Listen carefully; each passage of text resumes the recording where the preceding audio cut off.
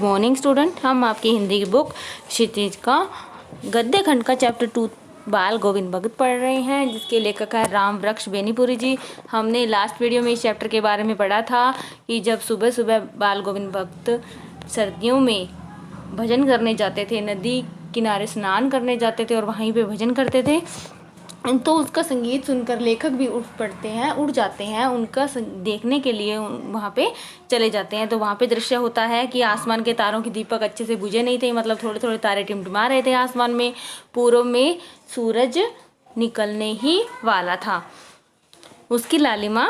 को शुक्र तारा और बढ़ा रहा था। खेत बगीचा घर सब पर कुहासा छा रहा था, सारा वातावरण अजीब रहस्य से आवृत मालूम पड़ता था। अब लेखक कह रहे हैं कि जो खेत थे, बगीचे यानी गार्डन और घर, इन सब पर कुहासा यानी कोहरा, जिसे हम धुंध भी कह सकते हैं, सब छाया हुआ था। सारा वातावरण था, जो माहौल था, वह अजीब रहस्य से आवृत मालूम पड़ता था कि सारा जो वातावरण था वह अजीब रहस्य से में डूबा हुआ था। उस रहस्यमय वातावरण में एक कुश की चटाई पर पूरा मुँह काली कमली ओढ़े बाल गोविंद भगत अपनी खंजड़ी लिए बैठे थे।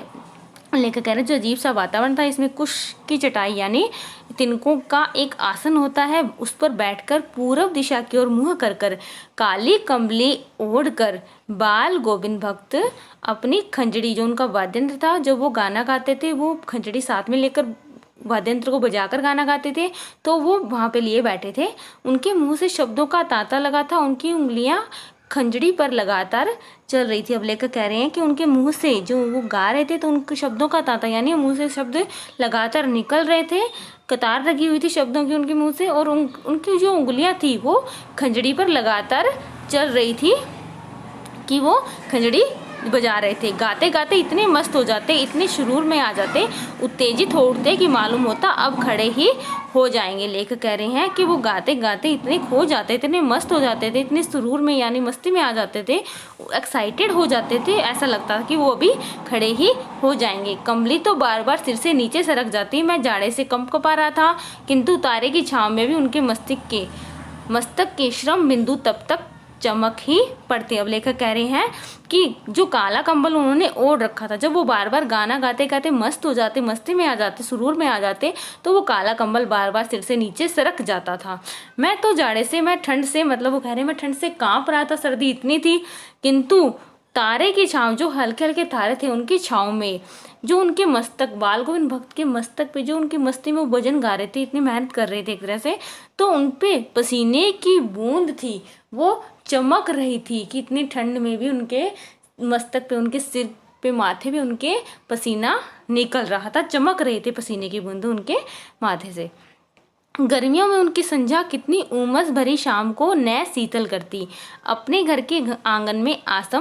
आसन जमा बैठते। अब लेकर कह रहे हैं कि गर्मियों में जो उनकी शाम, संध्या, जिसे वो शाम के समय जो भजन कीर्तन करते थे उनको संध्या बोलते थे, इस उमस भरी शाम को न शीतल करती, मतलब कि वो जो उमस भरी गर्मी होती थी इतनी, उसको शीतल कर देती, इतने लोग इकट्ठे हो जाते थे इतनी गर्मी में, लेकिन उनको अपने गानों के माध्यम से, गानों से वो उनको मन को शीतल कर देते थे, ठंडा कर देते थे। अपने घर के वो संध्या में, अपने घर के आंगन में, कहाँ होती थी संध्या, उनके घर के आंगन में ही वो आसन जमा कर बैठ जाते थे, वहाँ पर आसन पर बैठ जाते थे। गांव के उनके कुछ प्रेमी भी जुट जाते, जो भजन कीर्तन के जो बोलते हैं, जो भगत लोग होते हैं, वो भी उनके भजन कीर्तन में शामिल हो ही जाते थे। खंजड़ियाँ और करतालों की भरमार हो जाती। अब जो खंजड़ी और करताल जो वाद्य यंत्र होती हैं भजन गाने के समय बजाने वाले, उनकी काफ़ी भरमार, क्योंकि जब लोग इकट्ठे होते भजन कीर्तन के लिए, तो अपने अपने वाद्य यंत्र भी साथ में लेकर आ जाते, तो उनकी भी भरमार काफ़ी ज़्यादा हो जाती थी, काफ़ी ज़्यादा वाद्य यंत्र वहाँ पे इकट्ठे हो जाते थे और बजाने वाले भी काफ़ी होते थे। एक पद बाल गोविंद भक्त कह जाते, उनकी प्रेम मी मंडली उसे दोहराती तिहराती, धीरे धीरे स्वर ऊंचा होने लगता, एक निश्चित ताल, एक निश्चित गति से। अब लेखक कह रहे हैं कि जब कोई भी गाना गाते तो उसका एक पद यानी 2 लाइन उसकी बाल गोविंद भक्त गाते, और उसकी जो प्रेमी मंडली, जो उनका भगत थे, उन्हीं के जैसे भगत थे गाने वाले,